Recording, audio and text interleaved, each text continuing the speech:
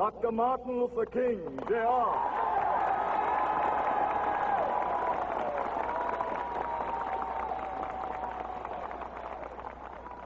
I am happy to join with you today in what will go down in history as the greatest demonstration for freedom in the history of our nation.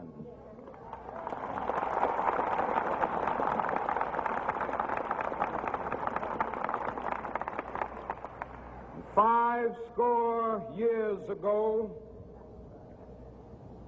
a great American in whose symbolic shadow we stand today signed the Emancipation Proclamation. This momentous decree came as a great beacon light of hope to millions of Negro slaves who had been seared in the flames of withering injustice. It came as a joyous daybreak to end the long night of their captivity. But 100 years later, the Negro still is not free. 100 years later, the life of the Negro is still sadly crippled by the manacles of segregation and the chains of discrimination.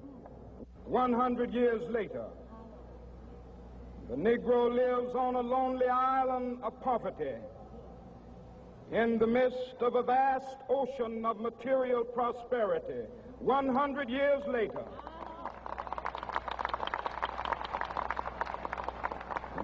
the Negro is still languished in the corners of American society and finds himself in exile in his own land.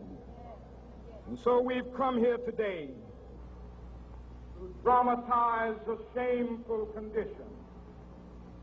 In a sense, we've come to our nation's capital to cash a check.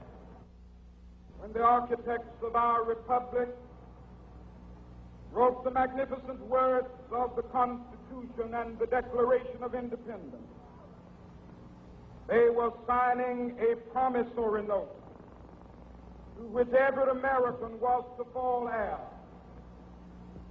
This note was a promise that all men, yes, black men as well as white men, would be guaranteed the unalienable rights of life, liberty, and the pursuit of happiness.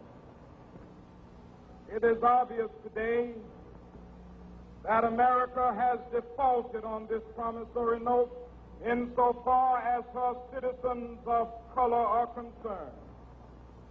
Instead of honoring this sacred obligation, America has given the Negro people a bad check, a check which has come back marked insufficient funds.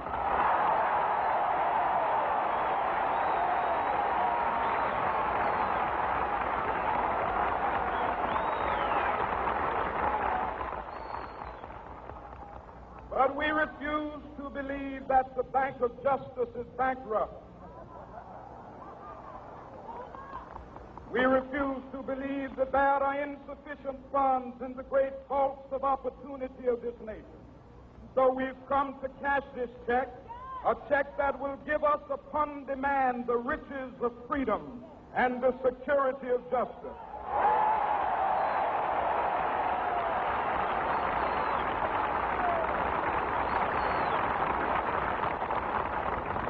We have also come to this hallowed spot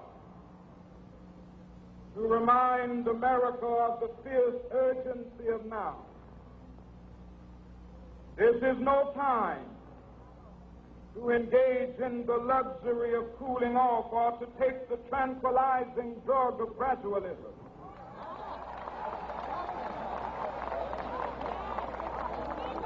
Now is the time to make real the promises of democracy.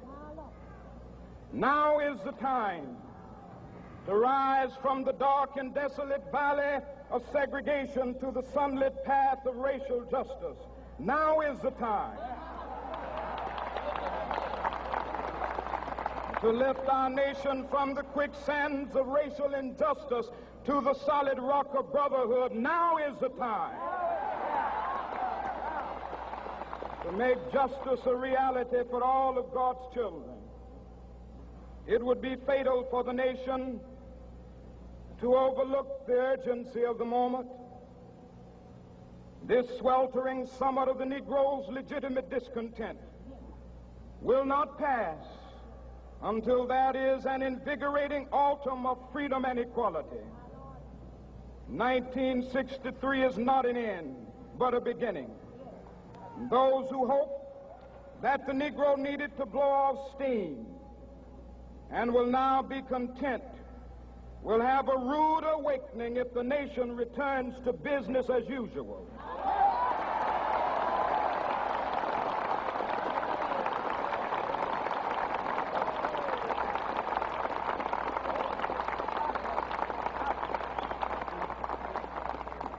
There will be neither rest nor tranquility in America until the Negro is granted his citizenship rights. The whirlwinds of revolt will continue to shake the foundations of our nation until the bright day of justice emerges. But that is something that I must say to my people who stand on the warm threshold which leads into the palace of justice.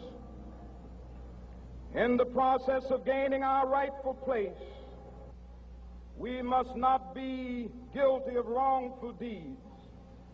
Let us not seek to satisfy our thirst for freedom by drinking from the cup of bitterness and hatred.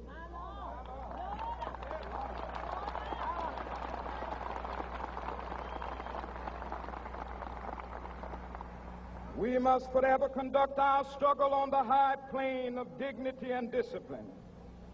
We must not allow our creative protests to degenerate into physical violence. Again and again, we must rise to the majestic heights of meeting physical force with soul force. The marvelous new militancy which has engulfed the Negro community must not lead us to a distrust of all white people. For many of our white brothers, as evidenced by their presence here today, have come to realize that their destiny is tied up with our destiny.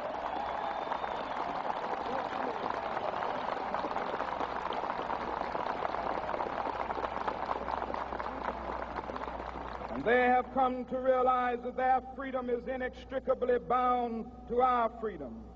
We cannot walk alone. And as we walk, we must make the pledge that we shall always march ahead. We cannot turn back. There are those who are asking the devotees of civil rights, when will you be satisfied? We can never be satisfied as long as the Negro is the victim of the unspeakable horrors of police brutality. We can never be satisfied as long as our bodies, heavy with the fatigue of travel, cannot gain lodging in the motels of the highways and the hotels of the cities.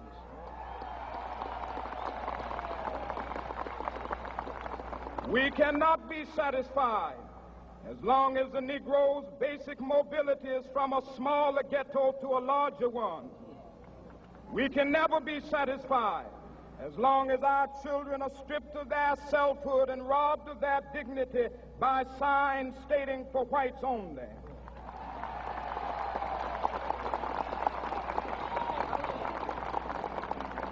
We cannot be satisfied as long as a Negro in Mississippi cannot vote and a Negro in New York believes he has nothing for which to vote.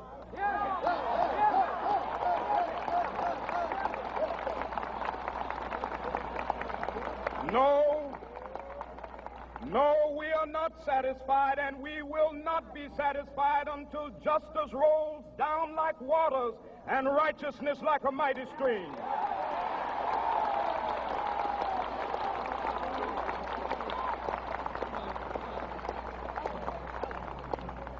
I I am not unmindful that some of you have come here out of great trials and tribulations.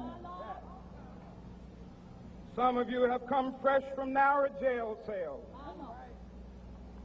Some of you have come from areas where your quest for freedom left you battered by the storms of persecution and staggered by the winds of police brutality. You have been the veterans of creative suffering.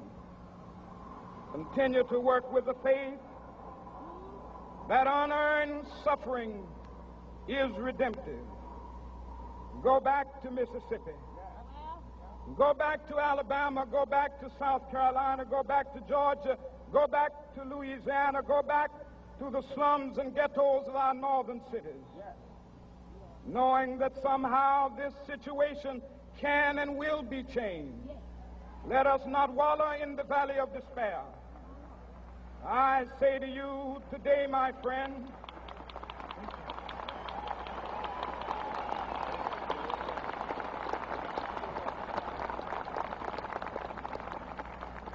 so even though we face the difficulties of today and tomorrow, I still have a dream. It is a dream deeply rooted in the American dream. I have a dream that one day this nation will rise up and live out the true meaning of its creed. We hold these truths to be self-evident, that all men are created equal.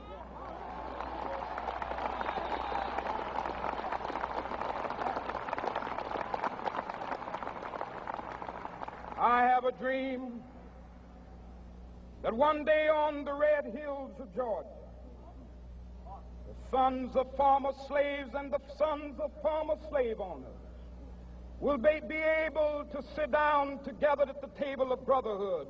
I have a dream that one day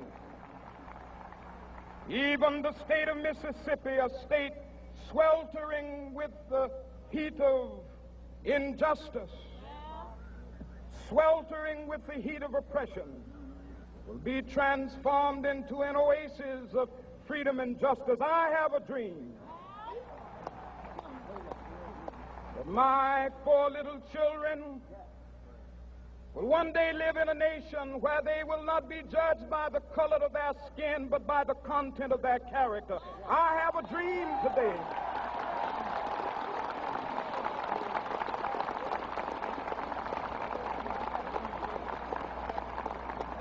I have a dream that one day down in Alabama, with its vicious racists, with its governor having his lips dripping with the words of interposition and nullification, one day right there in Alabama, little black boys and black girls will be able to join hands with little white boys and white girls as sisters and brothers. I have a dream today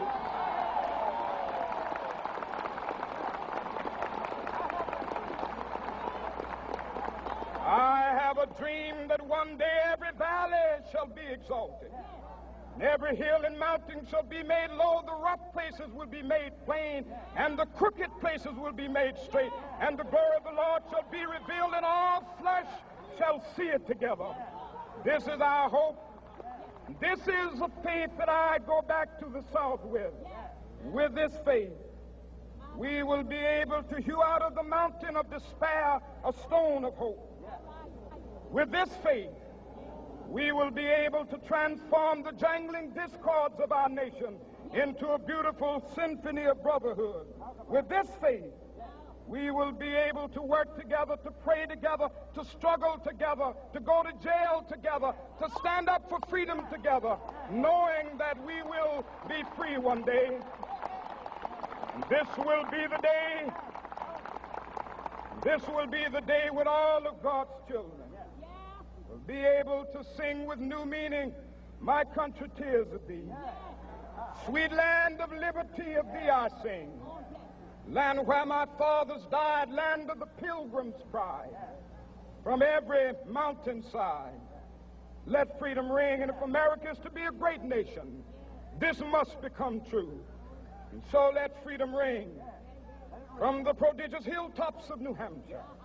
Let freedom ring from the mighty mountains of New York. Let freedom ring from the heightening Alleghenies of Pennsylvania. Let freedom ring from the snow-capped Rockies of Colorado. Let freedom ring from the curvaceous slopes of California. But not only that, let freedom ring from Stone Mountain of Georgia. Let freedom ring from Lookout Mountain of Tennessee. Let freedom ring from every hill and molehill of Mississippi, from every mountainside. Let freedom ring, and when this happens, and when we allow freedom ring, when we let it ring from every village and every hamlet, from every state and every city, we will be able to speed up that day when all of God's children, black men and white men, Jews and Gentiles, Protestants and Catholics, will be able to join hands and sing in the words of the old Negro spiritual, free at last, thank God Almighty, we are free at last.